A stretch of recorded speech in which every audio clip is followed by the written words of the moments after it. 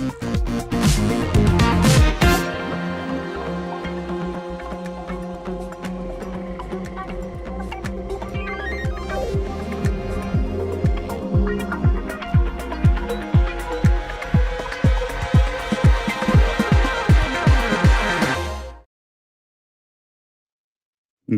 morning, everyone, and welcome to the Simply Cyber Daily Cyber Threat Brief.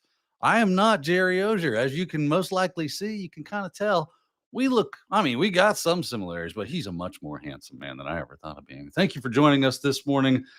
It is Monday, August 11th, 8 a.m. Eastern Time. If you are joining us, we appreciate everyone showing up. You're probably going, whoa, where's Jerry? Well, Jerry's got things that Jerry does. So he asked me to fill in for him. Hopefully you can hear me. That's going to be our test number one, because I can test as much as I can test. But the real true test is when you're here today going, hey, I can hear everything you're saying. And if you can, well, then I have done a very good job. So that's going to be awesome. Thank you for joining us, everyone. We got a lot of great people in the chat this morning. I want to check in with chat here. Oh, no, it's Daniel. Yes, Daniel is here. What's up, Carrie? We see Javier. I've seen Dream Logic in there. Nightbot. I don't know. Nightbot. Hey, how's it going? Elliot Mattis. Who else? Steve Young's in the house. Luke Canfield. Dennis Keefe. It's good to see everybody this morning. Hope you're having a great Monday so far. I mean, it's Monday. What can you do? There's only so much that can be done. But I'm going to try to run this show for Jerry today, and hopefully we do a very good job. Loud and clear. I love hearing that. Thank you so much, Johnny. Appreciate the check-in with the microphone.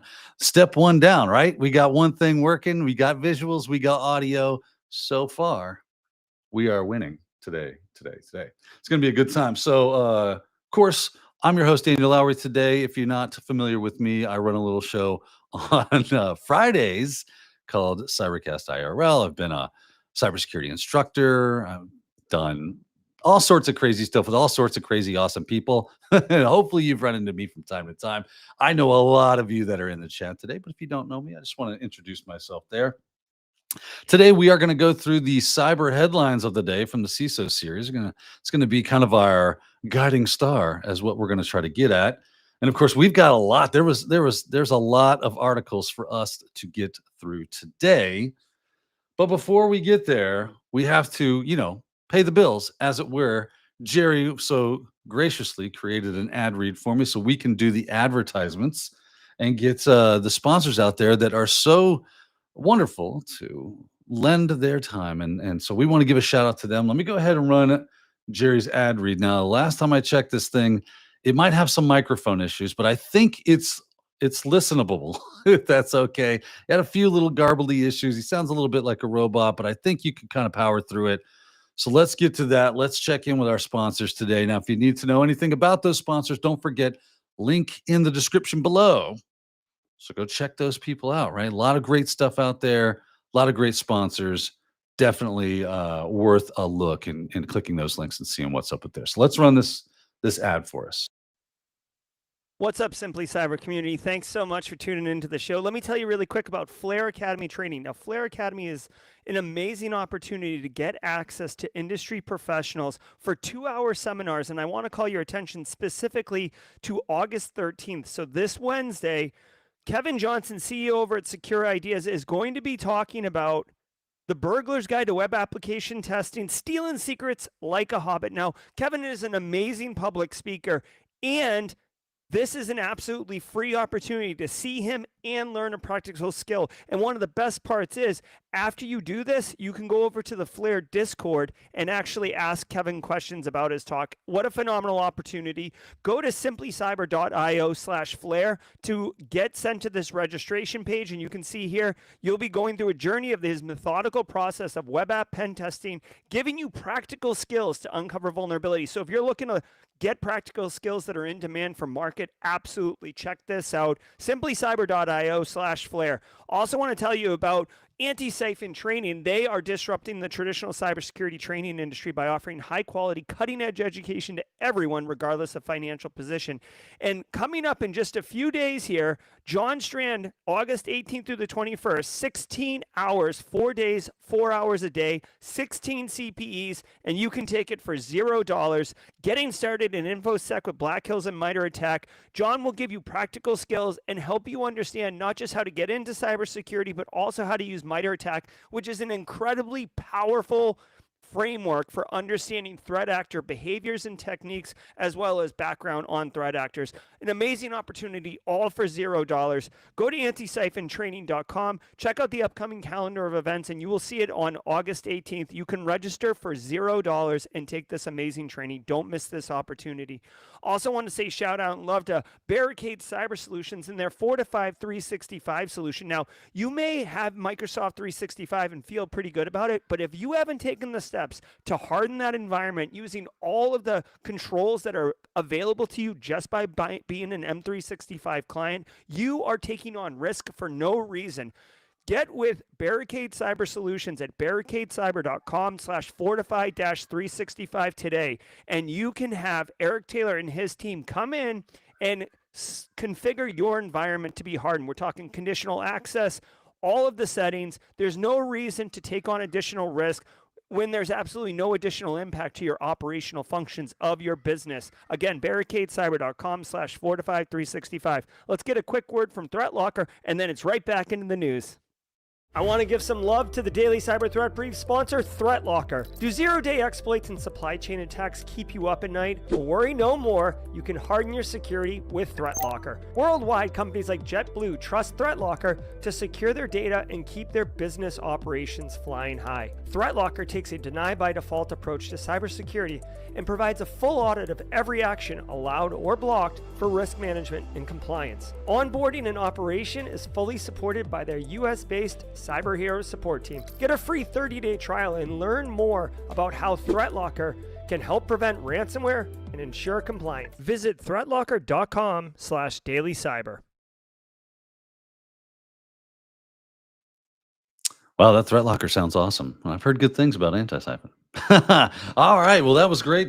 Thanks. Yeah, a little robotic there, Jerry. I don't know what happened with that, but I still think we are better for hearing some of the great options that are out there. So thanks for letting us know those things that are upcoming that we can get plugged into, because that's what this is all about, right? Is making sure that we have stuff for people, that resources that they can use to get out there, learn new stuff, and build their skills, prepare them for the day and the week, that is, when it comes to cybersecurity, because there's always so much to learn.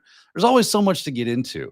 My goodness, it's just a never-ending deluge of information coming out. So we got to do our best. So we thanks Jerry for always providing such services like this, doing the Daily Cyber Threat Brief. This is a great way of staying informed of us going through the top stories that happened over the weekend, I guess, because today's Monday, so that we can stay on top of things and be prepared for the cyber threats that are out there for us this week.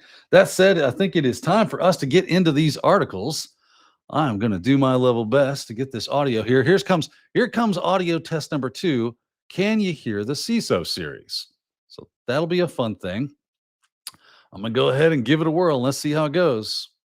From the CISO series, it's cybersecurity headlines. These are the cybersecurity headlines for Monday, August 11th, 2025. I'm Steve Prentice. DARPA awards $4 million prize for AI code review at DEF CON. The winner of this 2-year competition to, quote, create the best artificial intelligence systems that can find and fix vulnerabilities, end quote, was announced at DEF CON by the competition sponsor, the U.S. Defense Department. Team Atlanta, as is the name of the winner, is, quote, composed of technology experts from Georgia Tech, Samsung Research, the Korea Advanced Institute of Science and Technology, and the Pohang University of Science and Technology. The final competition saw teams attempt to find and generate patches for synthetic vulnerabilities buried in 54 million lines of code. Teams were judged on the ability of their systems to create patches for the bugs that were found. North Korea. All right. Well, this looks like an interesting little story for us today, doesn't it? $4 million to build an AI that can find and fix vulnerabilities. Now, anybody that's been talking lately about what is the latest trends, like what's on the horizons, what are some of the things that we need to be working into our own daily lives as far as skill things go. Obviously, it is AI. And the fact that they're building AI to look through code, and specifically they put in code. If I'm reading this correctly, let's kind of go through this thing really quickly here. If I'm reading this correctly, they actually put in the vulnerabilities, right? They want it to be able to find and fix. So they had to plant these vulnerabilities in to see if it could discover them, and then of course generate a fix for them.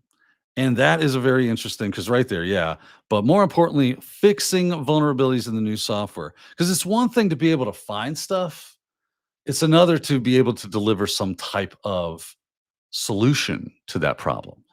So AI continues to evolve. They continue to try to make it better. Of course, there's all sorts of weird things going on with AI. I've heard some fun stuff about ChatGPT 5 and how it's only marginally better, and ChatGPT 6 is only going to be marginally better than that. And there's content rot and all this crazy stuff going on with that. But I think they're probably going to be finding some sort of equilibrium, and that will be great for us, I think. Hopefully, we find that equilibrium very soon when it comes to AI and its usefulness in our lives, because then we can start really kind of settling into what we're going to use it for, how it's going to be deployed, and then stop worrying about whether it's going to take our jobs and all that other fun stuff. So if it is taking jobs, okay. And if it's going to create new jobs, great. Let's get to that, man. Wouldn't that be a nice day? Don't you just hope for the day you wake up and go, finally, equilibrium with the AI thing. It's not just going crazy cuckoo for Cocoa Puffs kind of stuff every day, all day. So it gets a little crazy. But if you've got the coding skills, and I mean, obviously this was through a few different specific outlets that they did this with. I think Georgia Tech was one of them. Georgia Tech being a very well-known university for cybersecurity. They have a great cybersecurity. I think they're known as the MIT of the South kind of thing going on there. Very smart people that go there. I've known a couple people that have attended that and gotten their degrees there. Very brilliant minds. So they have a great program. And then a few of South Korea's offerings as well. They did 2 years. This was a 2-year project. Let's get that up here. Let's see if we can't see all that stuff right there. It was a 2-year project, or a 2-year competition, was run through the Defense Advanced Research Projects Agency, or DARPA. You may have heard of them. Pitted dozens of teams. So there wasn't just them. It was dozens of teams against each other in a contest to see who could use AI to create systems that could automatically secure the critical code that undergirds prominent systems used across the globe. So it was the semifinal winners. They really got some payouts, right? So they were awarded $2 million each to continue the work into the final round. And then I think that the top 3 teams right here will receive $4 million for first place, $3 million for second place, $1.5 million for third. My goodness, I like this right here. Quality patching is a crucial accomplishment that demonstrates the value of combining AI with other cyber defense techniques. What's more is we see evidence that the process of cyber reasoning systems, or that the process of a cyber reasoning system finding a vulnerability, may empower patch development in situations where other code synthesis techniques struggle, right? Because that is, like I said, that's kind of the big deal. That's finding those vulnerabilities, being able to patch them, that is what we want. So if AI can assist in a heavier way with that, we're going to be all the better. Hopefully that's going to help us secure our systems a whole lot more. Whether or not and when those things are going to be available to the general public, of course, that's going to take some time. Right now, it's obviously just in the preliminary proto phase, as it were. But yeah, that's very, very cool stuff. That's very cool stuff. All right, let's go to our next article for today. Let's see if I can make this happen. Yes, ScarCruft Group adds ransomware to its activities.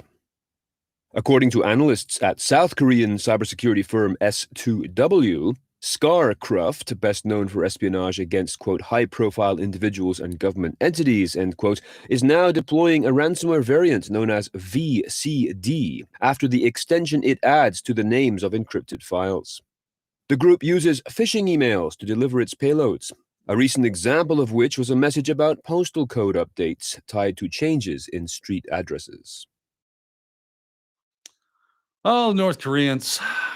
I don't have the soundboard Jerry's got, obviously, because he's got his all set up. By the way, Jerry's setup is complex. I want us to kind of like give him a hot second. We give him a hard time a lot about the sound and the issues he has with the sound. Um, I understand it more. When you get to peer underneath the hood of what's going on in Jerry's world, there's a lot of moving parts to this thing, and that brings a really cool experience for you. So let's just give him a shout out for making all that work. He is definitely puppet mastering like you wouldn't believe behind the scenes to make all that stuff happen. So big shout out to Jerry. Now let's get into these North Koreans and flaming donkey. I'll just say flaming donkey diaper. All right. They're not fun people. They're always doing stuff that we do not enjoy. A lot of that being sending us stinking malware, ransomware in this instance, right? The North Koreans back at it again. State-sponsored backed hacker ScarCruft. ScarCruft, you can stop. That would be great. Maybe you should try, I don't know, creating keychains or t-shirts, selling merch online. But this whole ransomware thing's got to stop. StarCraft primarily known for its cyber espionage campaigns against high-profile individuals, right? So they go after specific individuals to ransomware them because they're more likely to get them. They most likely have some money. They go after people with deep pockets. I'm pretty sure that North Korea, one of their major ways of making money is by ransomware. If not, I think that's ransomware and theft out of banking. They'll steal from banking as well. So they spend a lot of time and effort building up cyber teams, and they're very adept at what they do to create these advanced persistent threats. And they steal money, and ransomware is one of their favorite ways of making this happen. So now they've got this ransomware labeled VCD. They should just call it VCR, right? And go back to the 80s because that's the way we like it. After the extension that it appends to the name of the encrypted files. Now, of course, how are they getting this into our systems? What is the means by which they can get malware onto your system or somebody else's system? How does that make it there? Dun dun dun dun. Big surprise here. Shocker. It's phishing. We fall for phishing. This is really the problem. The malware isn't so much the issue. Don't get me wrong. It is a part of it. But man, we got to really spend some time doing end user security awareness training. We got to really dig into that and see how much more and work on making it more effective, because this continues to be a very effective means of dropping malware, ransomware, every other type of ware you can think of. And that is no bueno. We don't like that. We want that to stop. So we got to be training our teams. We got to be letting them know, like, these are the telltale signs of things that you should be looking out for. Warning flags should be going up in mass when it comes to these types of things. So you see a link in a URL or a URL link in your body of your email. There's a reason we say never trust, always verify. If you get an email from the postal service telling you that something's up with changing address stuff, go to the postal service's website. Don't click the link that's in the email that you received, right? I know it's really convenient, but there we go. There's that thing again where you have convenience and you've got security. And when one goes up, the other usually goes down. It's just a general fact there. And yes, would we love to make convenient systems more secure? Yeah, and I'm sure we're working on that as much as we possibly can. But that doesn't mean that we're at any level of perfection with that, because obviously ransomware continues to pervade and usually do through some type of it's funny. You think hackers, right? You think these amazing hackers that are out there, they're super smart, which they are. Don't get me wrong. You think they're burning 0 days left and right. That's not how they're doing it normally, right? Every now and then, yes, they do use a 0-day. They usually use them very strategically, though. What they do is they go after the weakest link, which is us. We have a lot on our minds. We have a lot on our plates. There's a lot of things to go through in the day, and you're reading emails, you've got stuff going on, and things look legit. And you don't want to be that person that goes, I mean, this isn't a big deal, right? This is legit. Man, if you ever have that little small voice in your head go, you should probably verify this. You should probably verify this. That's just a good way to go about it. I'm just here to tell you, security can be as simple as just verify what's going on there. Let me log into my local postal service account and see, or just go to their website and see if they're making changes that I need to be aware of. Yeah, a little more work on your end, but if you're going to go ahead and click that link anyway, what's a few more seconds into typing and moving and the things of that nature? And yeah, clicking around their website. Maybe you add an extra minute to your day, but you take a lot of minutes off of your day when it comes to doing incident response. And that's where we want to see things. Oh, let's see here. A few decent write-ups. Thank you, Sierra Montgomery, for letting us know that is something you'll definitely want to look for out there. So definitely check that out. All right, let's get back to this thing here. Anything else we need to go through with ScarCruft? Oh, they previously have targeted South Korea, Japan, Vietnam, Russia, and Nepal.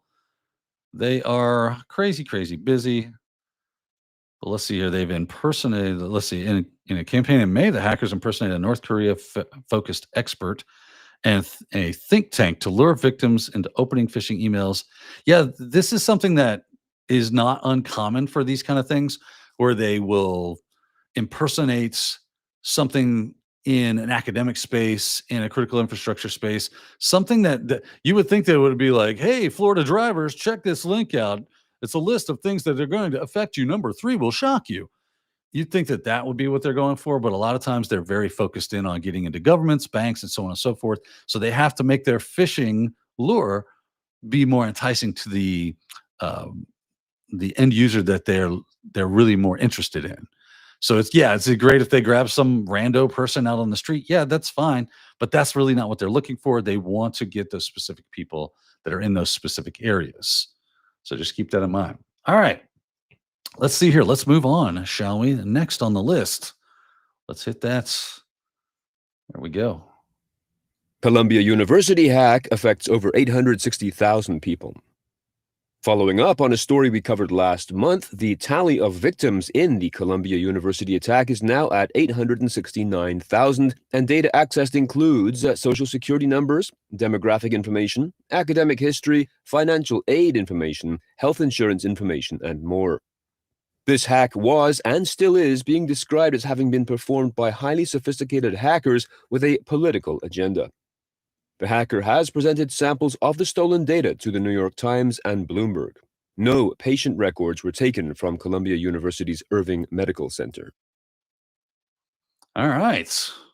A little check-in here with a previous hack that has happened. Now we're up to like nearly 900,000 social security numbers and whatnot. Kind of like Jerry, I didn't really prepare. I read the headlines, and that was about it before I got prepared for today's show. So let's kind of dig into this and see what we can find and give you guys a better view. Here we go. So this was an attack in June on Columbia University, allowed hackers to attack the sensitive personal information, or PII, of more than 860,000 people. Well, it's a fun thing to wake up to in the morning. The university filed breach notification documents with regulators in Maine and California, warning that the incident has exposed social security numbers and any information submitted as part of college applications or collected while in attendance at the school. All right, so that is for the university. Contact details. So here's what they grabbed. Contact details, demographic information, academic history, financial aid information, health insurance information, and more were accessed by hackers. Columbia said that 868,969 people were affected. This happened on June 24th of this year, when the university had a tech outage that disrupted significant parts of their IT system. All right, an investigation discovered the hackers breached the system on May 16th. So they went from May to June. So they were in for just a little over a month in their systems and were able to get data from the school during that time. No patient records were taken from the University Irving Medical Center, according to the breached letters. I always feel, I love when they say that kind of stuff. I find that interesting, and it's a very common game plan. You see that they just pull out their incident response playbook, and it says, "Deny, nothing has happened," or we've had a breach, but everything's good, everything's fine. Don't you worry, your pretty little heads, everything's good. Then a few days to a weekday or whatever later, and they go, "Okay, well, yeah, they took some PII, no bigs." It was nothing sensitive. There's no passwords. There's nothing. You're good. You're still good. It's not a big deal. And then, of course, they bury the lead. And then a couple of days or weeks later, they say, "Oh, okay, yes, there was passwords that were taken, but they were encrypted. It was encrypted passwords." I mean, I don't know what we're getting our panties in a wad about, right? Not a big deal. And you're like, I feel like the next thing you're going to tell me is that those were like MD5 hashed passwords, which are easily busted. And they're like, "So here's the thing," and then we just follow the bouncing ball down the line of, this is how incident response goes. And of course, that's to kind of contain fallouts and having a PR nightmare. Now they're telling us, hey, you know what? No patient records were taken from the Columbia University Irving Medical Center, according to the breach letters. Okay. So they're saying that the attackers actually reached out, right? It says right here, it says 2 weeks after the hack, Columbia said a hacktivist with a political agenda broke into the school's IT system and stole, quote unquote, targeted student data. And that their investigation has indicated the hackers are highly sophisticated and were targeted in their thefts of documents. The university told on July 2nd, they broke into this and stole student data with the apparent goal of furthering their political agenda. I haven't seen anything about what that political agenda is.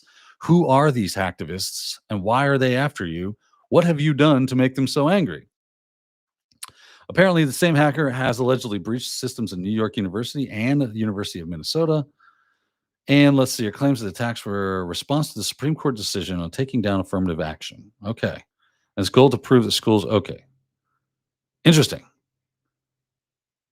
So there you go. Political hacktivists doing their thing and going after that specific PII.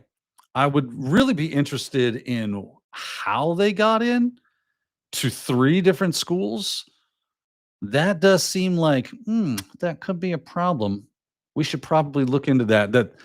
Are they just so hackerific that they're able to just hack at will and gain access into systems like it's open door policy?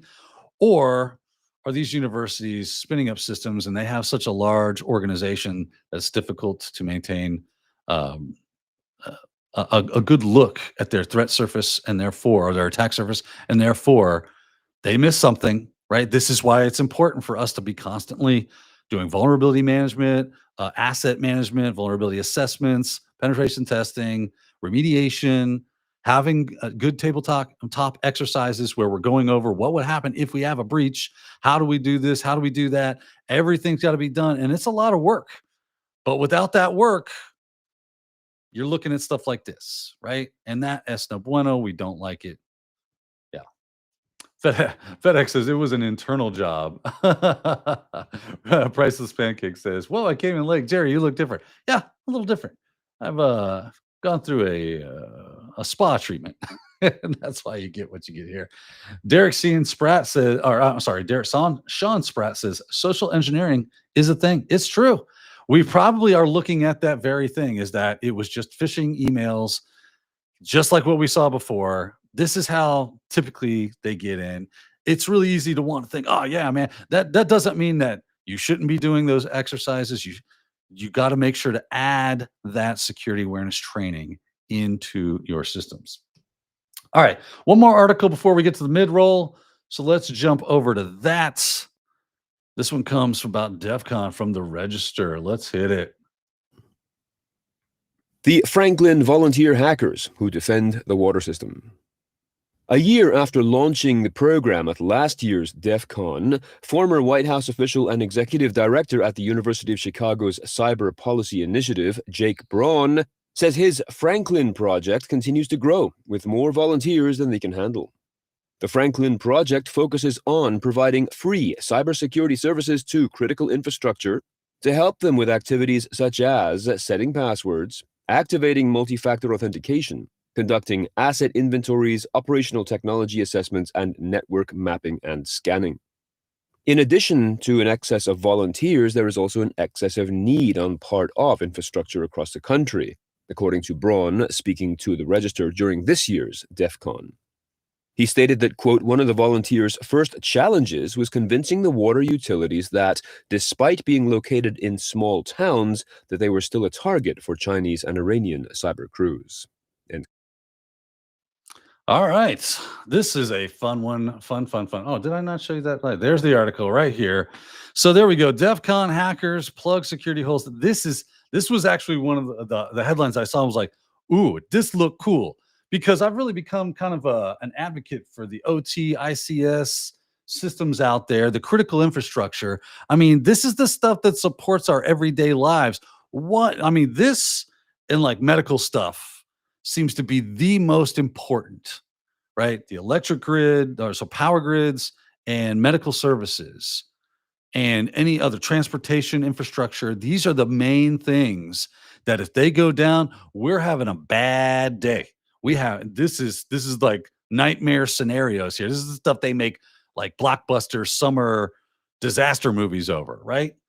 And here we are. This is actually a little light at that tunnel. I love this. The DEF CON hackers plug security holes in U.S. water systems amid tsunami of threats. Because yes, it is a tsunami of threats. A little pun there, right? We got flooding with water, power. Like, oh, I get what you did there. I see what you did. So 5 pilot deployments. They're called the Franklin Initiative or something like that, right? I think I heard him say. Now let's see here. Hacker walks into a small town facility. No, this is a really set up. The Odd Couple or rom-com. Yeah. That's super funny. So basically what's going on, there it is, the Franklin Project. The Franklin Project, named after Benjamin Franklin, who was founded in America's first volunteer fire department, launched at last year's DEF CON with 350 people signing up to give their time and talent to water facilities at no charge. I love this, and I love that this stuff exists. Get out there, and if you've got some skill, sign up for this and see if you can't get your name on the list to start helping out. Tell people all the time, right? We start talking about the business side of things. How do I get experience? Here is a phenomenal way that you could volunteer your time and effort to gain some experience and to help out, to really gird up the infrastructure, make it secure, make it safe, so that those attacks are less likely and less impactful. And hopefully we can catch them sooner, all that other fun stuff, right? So if you've got some talents and you want to get some more experience in that OT space, Franklin Initiative, right? Or the Franklin Project. I'm sorry, I keep wanting to call it the Franklin Initiative. The Franklin Project, go look that up, sign up for it, get at that thing. Could be very, very cool. Roswell UK says, you ever notice how banking and financial services rarely get successfully hit? That's because of proper defense, and they take it seriously. It is a big deal, right? Financial systems are huge. And we've seen a lot of success on their end at staving off attacks. So we need to be taking some pages out of their playbook on what they're doing and figure out how come they're so successful and how come we're having so many issues with things like OT. Where's the gap? Where are we missing that? And then fill those in. We've seen a lot of water issues, specifically throughout the last few years, water plants being targeted, and it usually breaks down to some silly reason, right? Like, yeah, it was a stupid phishing thing, or there was an easy RCE on one of their systems that was exposed to the internet, and bada bing, attackers gain access, and you're off to the races. So that is one of the things. So if you want to get involved, I want to push my buttons. I don't have buttons to push. I got to do this. If you want to get involved in something like this, definitely go check this out. You never know how you could lend a hand, right? So they said they had to shut down signups because there was so much interest in this. Hopefully they don't just stop here with water. Maybe they could open this up to something else. It says, I really don't have enough people to manage the incoming intake of volunteers. Maybe that's a way you could help out, is to help as one of the people that are helping manage the volunteers themselves. And that way you can get more people involved. So it's so funny how they've kind of like denial of service attacked themselves with people wanting to help. So that's really great. Let's see what else. Anything more interesting that we need to get into with this? They hope that the volunteer army of hackers will work over the next few months as the project expands. Volunteers were deployed across 5 water systems in 4 states: Indiana, Oregon, Utah, and Vermont, and provided no-cost assistance with cybersecurity basics, such as making sure the utilities had changed default passwords, turned on multi-factor authentication. They assisted with asset inventories, operational technology assessments, and network mapping and scanning. Oh, doesn't that all sound familiar, right? No big shocker there. Like, this isn't crazy stuff that takes crazy amounts of knowledge. If you're into cybersecurity, all of these things should be going, oh yeah, that's stuff I learned in Security Plus, right? That's stuff I learned in CISA Plus. You know, those easy intermediate or introductory to intermediate level courses, or whatever it is that you've taken or that you're reading every day in headlines. This is not rocket science. This is actually fairly simple and straightforward on what those things are. It's implementation that gets difficult, like getting it to get done. So we need people to do that. And hopefully these organizations realize that and they start spending money on hiring. You know, cybersecurity is they got a very tight budget up until problems occur, and then all of a sudden it's somebody open the dam, the floodgates, and let it happen, right? So there's that. A lot of fun. Looks like we are at the mid roll. Let's see here. Anything else? Just talking about a bunch of different utilities that are getting attacked and water security. So very, very interesting article. And I love to see that. Hopefully more states will be open to this Franklin project. And we'll see more of this open up, which will create more opportunity for people to assist, gain some experience, start maybe working in the OT space. And then there you go. So yeah, it seems to be a bit of a big deal. So there's that. Okay, I'm just looking at my notes here. When it comes to the mid-roll, it is time for the sponsor card. Today's sponsor card that Jerry has me show you. Thanks to our sponsors. Big thanks to all our sponsors. We appreciate every one of you. We've got Barricade Cyber Solutions, Delete Me, of course, Threat Locker. Not a day in the daily cyber threat brief without Threat Lockers making a appearance there. Antisyphon training, right? So you want to get some pay forward what you can training. We got that going on over there. Also, Flare, great stuff. Links below. So if you want to go check any of these out, make sure you check those links and have a great time doing that. And see what you can get signed up for, see what kind of services they offer, and maybe you find something very specific that is useful for you. Let's see here. There will be no community member of the week just because, well, Jerry didn't want to put that on me. That's kind of his thing to do. That I feel like that would be inappropriate for me to do, community member of the week. So when he returns, he will take care of those things. So if you're waiting for that, but the mid-roll music, we got to get that going, right? We are at the mid-roll.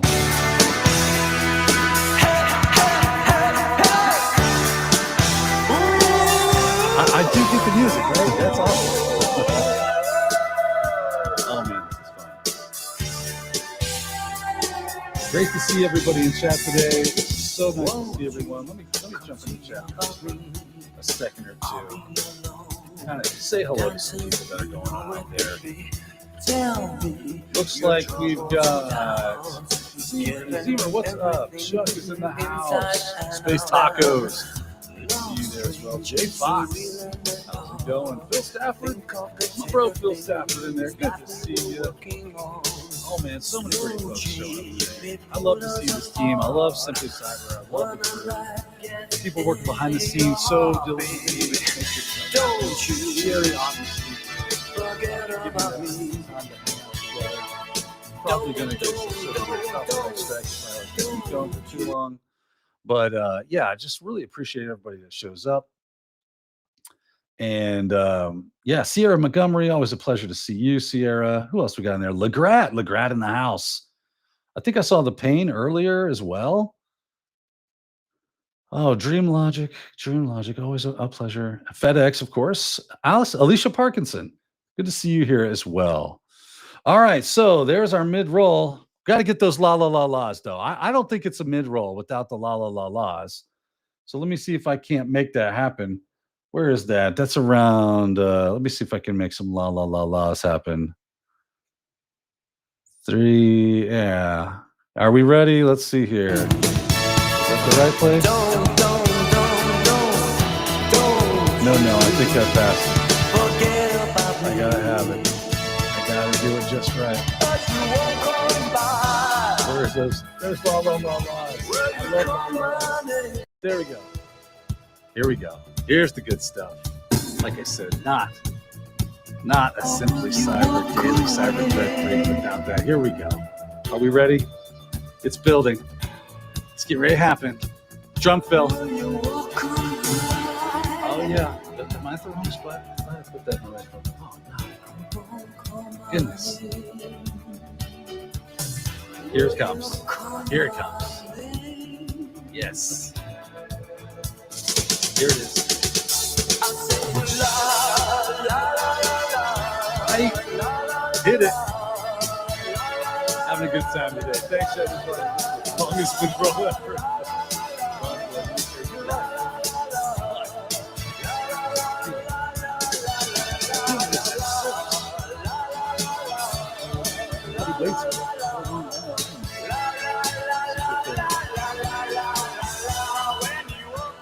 right.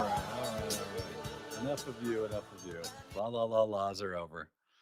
Yeah, time to get back to it, kiddos. Let's see what CISO series has for us now. What's the next article in our list? I think it's this one. This WinRAR. Ooh, WinRAR. Why do you hate us, WinRAR? Huge thanks to our sponsor, Vanta.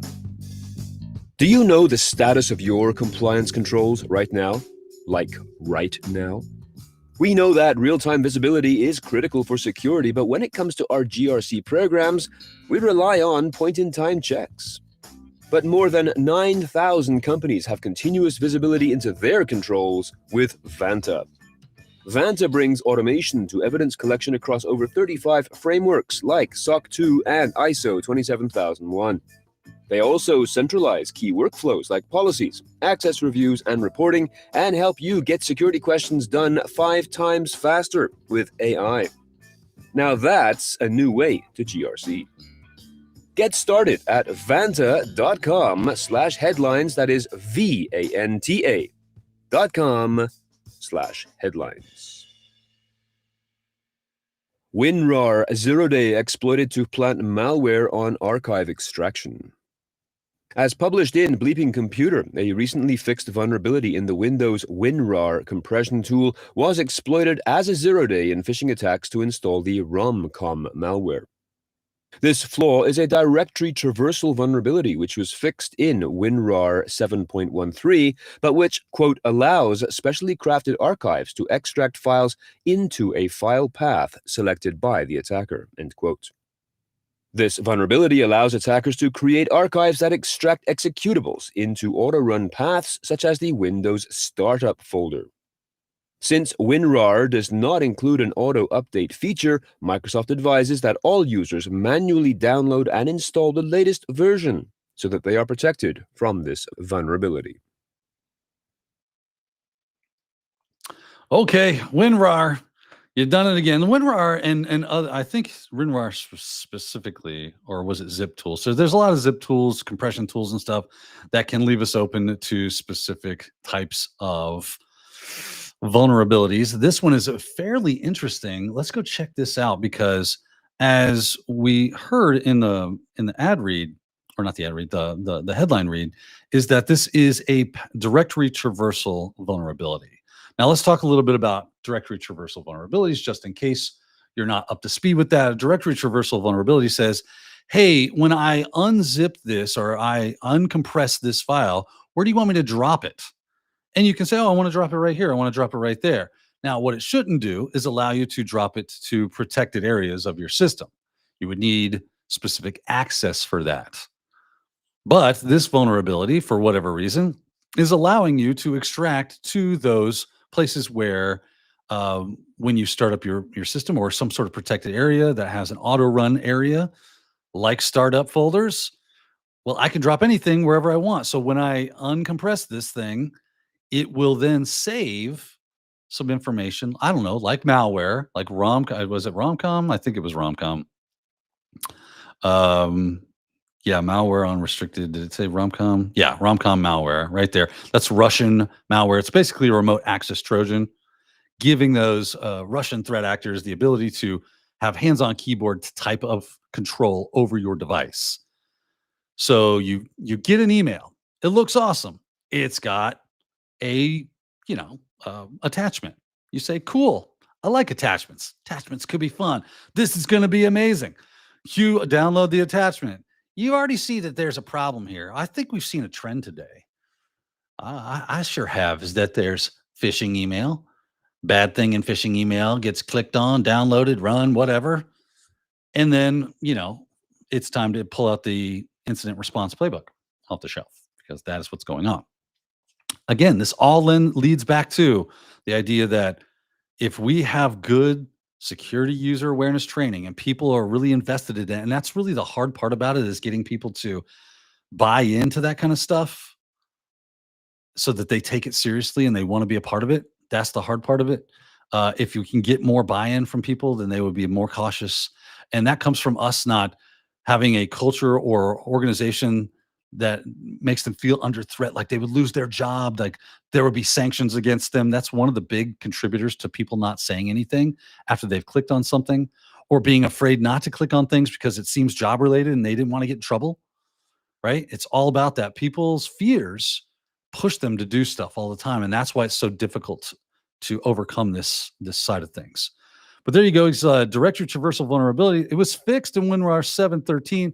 So there we go. Another thing that we can do, security patching. Make sure we're doing updating of all our third-party software, not just our operating systems, but every piece of software that we're using, a line of business-wise, and that we're doing an asset of those things to make sure that we know that they are there and staying on top of it. It's a lot of work, right? So when extracting a file, previous versions of WinRAR, Windows versions of RAR and UNRAR, and portable UNRAR source code, an UNRAR DLL can be tricked into using a path defined in a specifically crafted archive instead of the user-defined path. So it doesn't matter that you say, put it here. It's going to do kind of what it feels like doing. Unix versions of RAR and portable UNRAR source code are not affected. So this is a Windows thing only. Interesting to know. Guess what, though? Windows is a fairly popular operating system inside of most organizations. So it's still kind of a big deal, as they say. Like I said, it can create archives that extract executables into auto-run paths. There's your malware. There's your Romcom malware. Slap it in the old startup folder. And here's where that is. So if you wanted to know what that, if you want to grab an IOC, not IOC, but something you could put into something like a Yara rule or Sigma rules to look for those, see if anything's in there that shouldn't be in there. Rock and roll. Next time a user logs on, the executable will automatically run, right? Because it's a startup. You restart the computer, you put it in, during login, set a thing to that nature. WinRAR does not include an auto update feature, right? This is a manual thing. So maybe that's something you could script out. That could be more helpful than not. There are third-party tools that can help with that kind of thing. I don't know if they can specifically work with WinRAR, but it's worth looking into, because if it's not doing any updating itself, that means the onus is on you to make that happen. And it has been exploited as a 0-day in attacks. It has been happening out in the wild. So you want to check that out? Of course, you can go. These archives exploited the CVE to deliver Romcom backdoors. So there's a CVE. Looks like it's associated with that. Of course, you can grab and copy that. Go to your EPSS scoring system, lookup tool of choice. This is the one I just know about.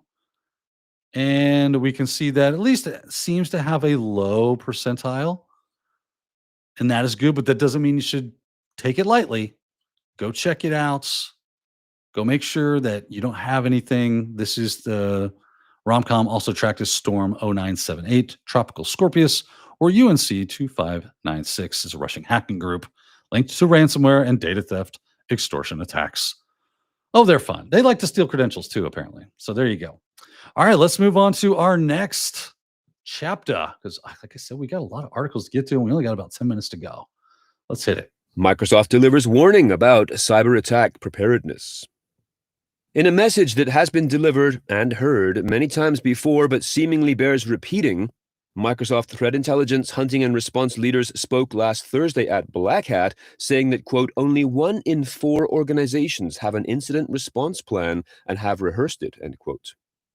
Gerald DeGrippo, director of threat intelligence strategy at Microsoft, described the issue by saying, quote, attackers and threat actors think in graphs. They see the pathways that they can take to pivot around inside of a network, while defenders think in lists, end quote. She also repeated the significance of security fundamentals, such as keeping software up to date and configuring it properly. She said, quote, if you do experience a breach, missing logs really contribute to a nightmare scenario for both intel and incident responders, end quote. Okay. Again, this is fun. This has just been a fun day in the news cycle here, right? So Microsoft, an organization without a response plan, will be harder by a security incident. They're absolutely right. If you have no plan, what do they say? If you fail to plan, you plan to fail. And that is absolutely true right here, right? So Microsoft is trying to get ahead of things, trying to let people know, and good for them.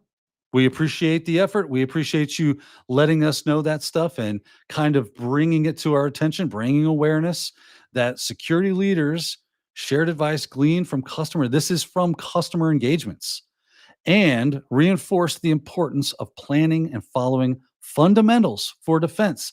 Going right back to this thing of, yes, you can go out and buy bazillion-dollar appliances that do really cool cyber ninja stuff. But what it really boils down to is that's not really a reality at this point. There's always bypasses. There's always something that can circumvent those things. And the stuff that catches those things are the fundamentals, right? The security awareness training, the patching and updates. Hello, let's get to it. We've seen this with what? 4 articles out of the, what are we on, the 6th one so far? So quite a heavy ratio of that. If we were just doing the right things there, if we were just focusing our attention more, and here's my call to action, businesses out there, organizations, hire some more people. I know for whatever reason, the big boogeyman's out there and you're afraid to spend money. Listen, there's a ton of talent out there just waiting to be picked up. Grab them while they can be found. Don't wait until they're so dejected with the industry that they leave and go, do something else. Because you'll miss out on having great people in your organization that will actually help with this stuff. So that's my call to action on top of Microsoft. I'll just throw that out there. I think that's fine to say. So let's get in this article a little farther. Let's see here. So let's see. Businesses that don't treat security with gravity, the gravity it requires, exhibited by a lackluster or non-existent preparation, planning, and exercise in the event of a cyber attack, typically suffer longer and unnecessarily. Right? This is just crazy that this is something that Microsoft has to tell people. I don't understand what they don't understand. Are they hiding under a rock somewhere? Is that what's going on? In the best case scenarios, in the wake of an attack, professionals across the impacted organization know their roles and responsibilities. Corporate vice president of security says they know the moving parts. They know what their policies are. They know who to call in the middle of the night and wake them up, because incidents don't happen on a Wednesday afternoon, right? I love that idea that they said something about graphs, right? That attackers think in graphs and that defenders tend to think linearly, right? That's the word to say, right? Linearly, right? And so that's because attackers are looking at what are all my options, and defenders are kind of looking at like, well, this is the most likely way they're going to come in, so let's just shore that up. You got to start thinking more like attackers at the whole picture, the big picture. So very good for them. And again, just going back to the idea of it's just fundamentals. Don't sleep on them. Do not sleep on those fundamentals. Make sure that you have a plan in place. Make sure you're doing tabletop exercises. Make sure that you're doing security awareness training. Make sure that you are doing asset management, asset discovery, all this stuff, vulnerability management. Get a thing in place, doing updates, making sure they're scheduled, following through, watching how that's working, checking on all your third parties. It's a lot of work, but again, go hire some people and make it happen. It's going to be a lot less expensive to hire a few folks that can do these things than it is to deal with the fallout. I just hear my lawnmower guy just showed up today, so hopefully he's not interrupting us too very much. That said, let's get to the next article. BadCam. Okay, hit it. Where you at there? Thing, let's do it. Flaws in Lenovo webcams turn them into bad USB devices. Researchers at Eclipsium have discovered vulnerabilities in some Lenovo webcams, which they collectively call BadCam. These flaws, demonstrated at DEF CON 33, could, quote, let attackers turn them into bad USB devices that can inject keystrokes and launch OS-independent attacks, end quote. The researchers stated the problem stems from, quote, select model webcams from Lenovo that run Linux and do not validate firmware, end quote. These, they say, can be weaponized without requiring physical access.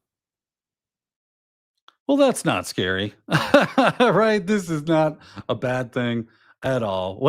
Priceless Peggy says, webcam flaws? Not possible, right? This is a completely impossible thing to do, right? Unfortunately, these IoT devices that are out there tend to have a few issues, as it were, right? And then we have this lovely graphic. Gotta love a good graphic showing how these things absolutely work. And initial compromise, attacker gains remote access to a victim's PC through phishing, malware, or a software exploit. You don't say. That doesn't sound like a normal thing at all. Then they find the peripheral device through discovery, looking for the attached Lenovo USB webcam. Then they do a firmware upload, device re-enumeration, making sure that it shows up the way they want it to, so that the webcam re-registers as a human interface device, or HID, like a keyboard or a mouse. And this is where it gets real fun, because now that it sees it as a keyboard, it can inject keystrokes to run malicious commands, exfiltrate data, disable defenses. And then optional payloads they can upload is for privilege escalation and persistence. Yay. Gotta love hackers out there.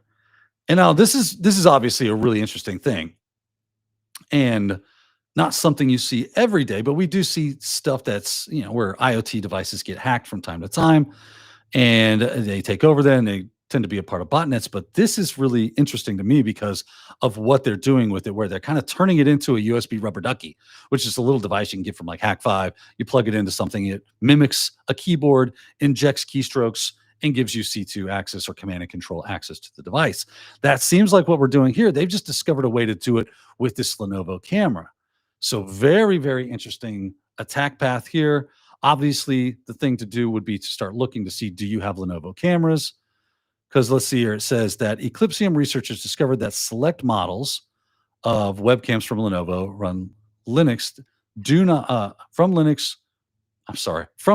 run Linux. The camera itself is running a small version of Linux, probably BusyBox or something, and do not validate firmware and can be weaponized as bad USB devices.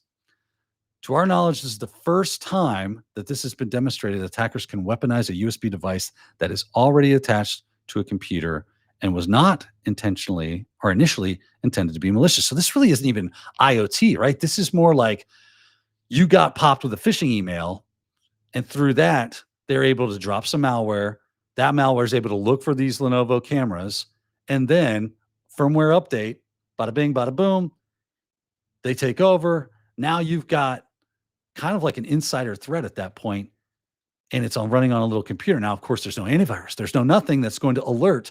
We'd have to set up some sort of traffic to see, looking at traffic is some sort of monitoring system and logs, right? There's the other part of the information. Don't forget to be doing excellent logging and monitoring, build scripts and alerts that are helpful. And really, you got to really tune those things. You can't just set them and forget them, Ron Popeil style, turn them on and think they're going to just do amazing work. You have to start tuning them to your environment, make sure they're picking up on the specific things that you believe are going to be the most impactful. So you got to start looking for that stuff. And staying on the fact that, are my users working with these types of things? Now I got to start looking for that as well. So bad USB exploits trust in USB devices by reprogramming the firmware, mimicking the HIDs, and executing those malicious commands, bypassing OS defenses. It basically becomes a living off the land thing. And it's talking about rubber duckies and fun stuff like that. So let's see here. Attacks are stealthy, modular, and persistent, often evading detection and enabling data theft, privilege escalation, and ransomware. So this is a no bueno thing. Does it have any kind of something we can do other than go buy something other than these Lenovo devices? Is there a firmware updates? Okay, gaining remote access, POC of the attack. That would be fun to watch later. So Eclipsium urged Lenovo and Sigmar Star to add firmware and verification tools to the effective system on chips these peripheral devices. Lenovo responded by creating an updated installation tool with signature validation to fix the flaw. So good. There is something you can do. Users of the impacted webcams should download the update for Lenovo's support site to mitigate risks. The company worked with Sigma Star to assess and address the vulnerability promptly. So there you go. That's what you want right there. If you've got that Lenovo system, that Lenovo webcam, get your butts out there, do a little updating, because that is something you're going to need to do. All right, we are at 9 o'clock. We got one more to go. Let's hit it. Researchers, let's go, go, go. Where's my thing? Last one. Windows EPM poisoning leads to domain privilege escalation. Researchers at SafeBreach have described new findings related to a now patched security issue in Microsoft's Windows Remote Procedure Call (RPC) communication protocol. The vulnerability is being described as a Windows storage spoofing bug. Although fixed last month as part of July Patch Tuesday, the researchers warn that the vulnerability makes it possible to, quote, manipulate a core component of the RPC protocol and stage an endpoint mapper poisoning attack that allows unprivileged users to pose as legitimate built-in service, with the goal of coercing a protected process to authenticate against an arbitrary server of an attacker's choosing, end quote. If you have some thoughts on... All right, so last article of the day. This is one that I'm actually not really super familiar with. I mean, I know what an RPC server is and all that, but just how this works. So we got a client, the scroll mouse. I gotta adjust and fine tune my scroll there. But so the client issues a request to a real server. The attacker injects faked endpoint entry. That's what the new one is on me. I'm not super checked out on that, so I'm going to look into this one my own self. But then those requests resolve to a fake server instead of going to the real server. Therefore, kind of looks like it's doing some sort of like attacker in the middle kind of thing. So let's take a look real quick, and then we will call it a day. So now patch. So good news, there is a patch. This is affecting Microsoft's Windows Remote Procedure Call communication protocol that could be used. Spoofing attacks, yep, impersonate a known server. We do have a vulnerability CVE, so go check this out right now. Let's go do that EPSS score like Jerry likes to do, because I want to give you that. There we go. Okay, still relatively low, but I would. This seems like something I would want to get on. It does have a CVSS score of 3.5, so relatively you might have some time, but be aware that this is something that is out there, has been described as the tech giant Windows storage spoofing bug. It was fixed in July as part of the monthly Patch Tuesday update. So great. If you, good folks out there, are doing your patches like you should be doing, you shouldn't have a lot of problems. It should already be installed at this point in time. But if you don't, then it's as simple as go apply patches to your systems or stick something in place that would be looking for this specific traffic. Or turn off RPC if you're not using it. There's another fun, like, little nugget of knowledge. Let's see here. External control of the file path, the file name or path in Windows storage allows an authorized attacker to perform spoofing over the network. Windows RPC utilizes universally unique identifiers, endpoint mapper. So that's the EPM to enable the use of dynamic endpoints in client communications and connect an RPC client to an endpoint registered by a server. The vulnerability essentially makes it possible to manipulate a core component of the RPC protocol and stage what's called an EPM poisoning attack that allows unprivileged users to pose as legitimate built-in service with the goal of coercing a protected process to authenticate against an arbitrary server of the attacker's choosing. That sounds fun. Yeah, just take over. So why are we allowing this again? I would love to see the research behind that. This is going to be an interesting thing for me to kind of like go check out later. Given that the functioning EPM is analogous to that of the domain name system, it maps to the interface UUID to an endpoint, just like DNS resolves a domain to IP address. The attacker plays out like a DNS poisoning attack, right? And then, of course, all traffic comes to us. Bada bing, bada boom. Bad things are happening. So there you go. I was shocked to discover that nothing stopped me from registering known built-in interfaces that belong to core services. I bet it is shocking when they discover stuff like that. Isn't that just amazing? It says, when I tried registering an interface of a service that was turned off, its client connected to me instead. it's like it just wants to connect. It so wants to connect with you. Please connect with me. And it does allow it. So there you go. This finding was unbelievable. There were no security checks completed by the EPM. It connected clients to an unknown process that wasn't even running with admin privileges. What the heck is happening here? I'm taking crazy pills. I mean, this guy was thinking the exact same thing. Of course, the attack hinges on finding interfaces that aren't mapped to an endpoint, as well as those that could be registered right after the system boots by taking advantage of the fact that many services are delayed to start for performance reasons and make boot process faster. In other words, any service with manual startup is a security risk, as the RPC interface wouldn't be registered on boot. There you go. So again, some more stuff about that. All right, kiddos. Let's see here. At a high level, the entire attack sequence as follows. Let's hit that. Create a scheduled task will be executed by the current user logs in, register the interface on a storage service, and trigger the delivery optimization service to send the RPC request. This is very complex. Results in the attacker's dynamic endpoints. Call the method with get source device info, which causes the delivery optimization service, the SMB to Auger server, set up by the attacker. Wow. Lots of stuff going on there. So yeah, we'll have to look into this. We don't have the time to get deep in the weeds, but this is a great article. Looks like it has a lot of detail there. Whew. We are done for today. Thank you so much, everyone, for joining me today.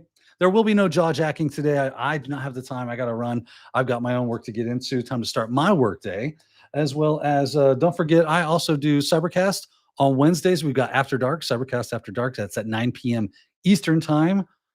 Check it out. It's going to be a lot of fun. This week, I'm going to have Wes Bryan on. Going to talk a lot about certifications and stuff he's working on, and just cybersecurity in general. Should be a good time to kind of get the band back together. Me and Wes having a good time, just kind of hanging out. I also have Cybercast IRL on Fridays at 10 a.m.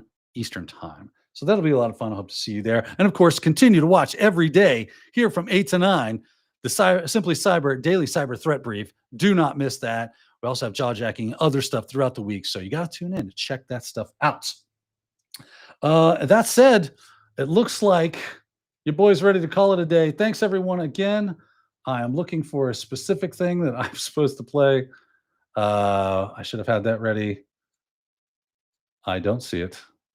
Oh, there it is right there. So long, everyone. Until next time, have a great day.